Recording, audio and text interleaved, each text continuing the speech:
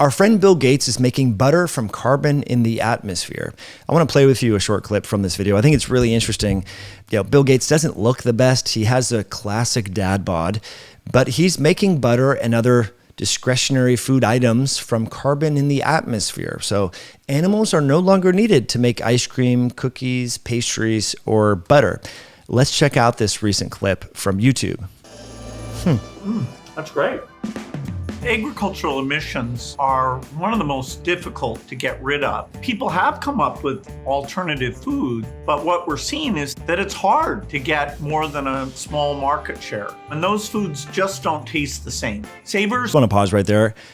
What he said was very businesslike. There was nothing related to human health. He said it's hard to get more than a small market share. I think that's important context as we go on here. Savers made an advance in the chemistry. It's ultra different in terms of the environmental footprint, but it's as good as those real animal fats.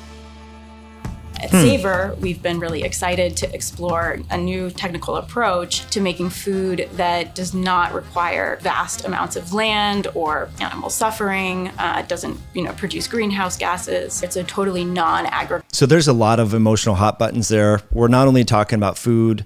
They mentioned animal suffering, greenhouse gases. So this is a common argument for people that are against animal products, is they sort of have multiple arguments blended into one. It's hard to really just talk about nutrition. They don't like to talk just about the nutritional qualities and the differences. They like to blend in all these issues and emotional hot buttons to make it sort of controversial. And then if you just disagree with one aspect, the lack of essential micronutrients like vitamin A, zinc, iron, B12, creatine, carnitine, taurine, once you start talking about nutrients, then the conversation shifts to animal suffering. And you say, well, if we do this humanely in a regenerative agricultural system, they say, well, but what about climate change? So the argument is constantly, it's hard to have a logical conversation with these people. So I just wanted to point that out, because I think that is a common thread when you're talking with people about the facts. And this is a health channel. We talk about the nutritional differences here. That's what we're focusing on, is health outcomes.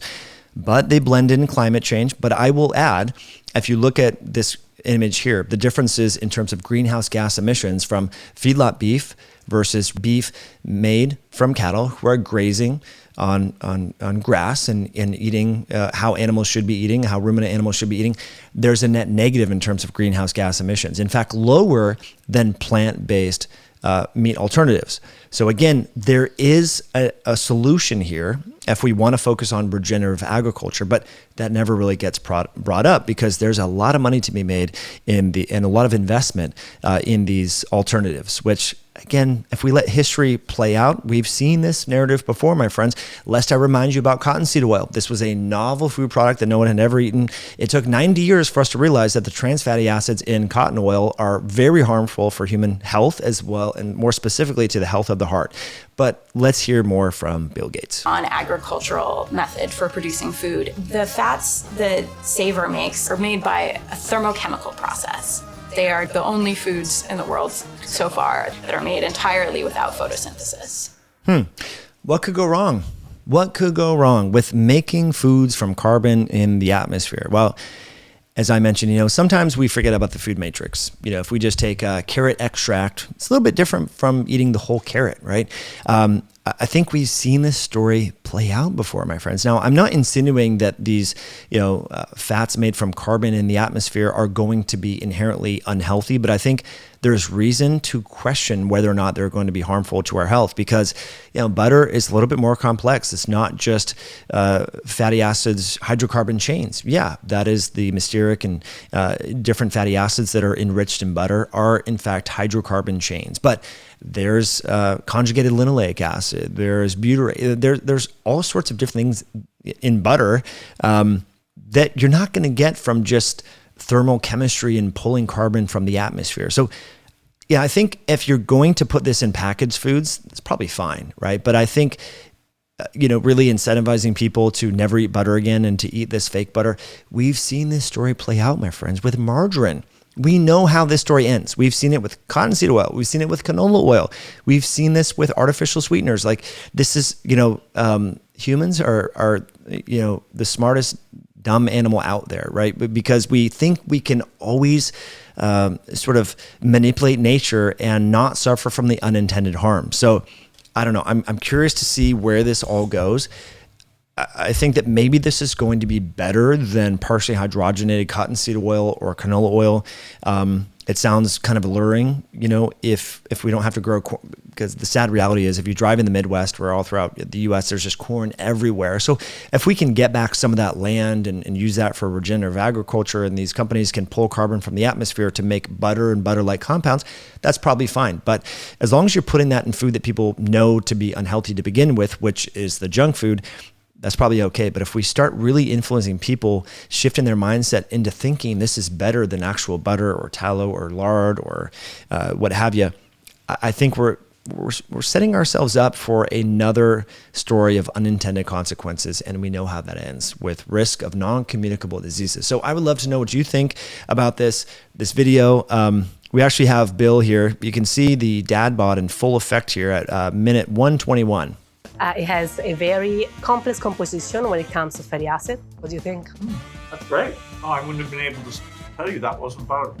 Okay, that's great. What shall we try next? Next is burger and fries. So in this, we have a different kind of formulation. So it's our savor tallow formulation. And then we have fries. So it's interesting.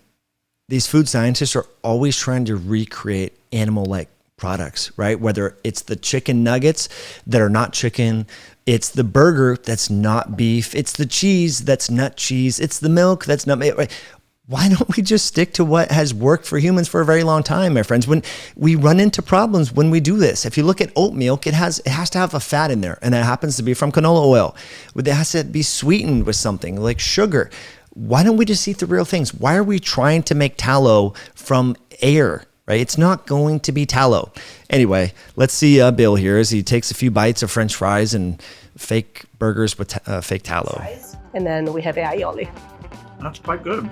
Here we are looking for juiciness. We're looking for what we think is so far missing in the alternatives we find on the market. All of them are using plant oils. So like the melting profile is different, the mouthfeel is different. And so how do we get to something juicy and drippy and craveable? So now we have the end of this journey, which after burger, we're just gonna get ice cream. And this is what they're looking for, something which is truly pleasurable and past beyond what we find very. So he goes on to eat the ice cream and has a little narrative here about this company, Savor. I think the technological advancements are interesting. They're curious. They're worth following.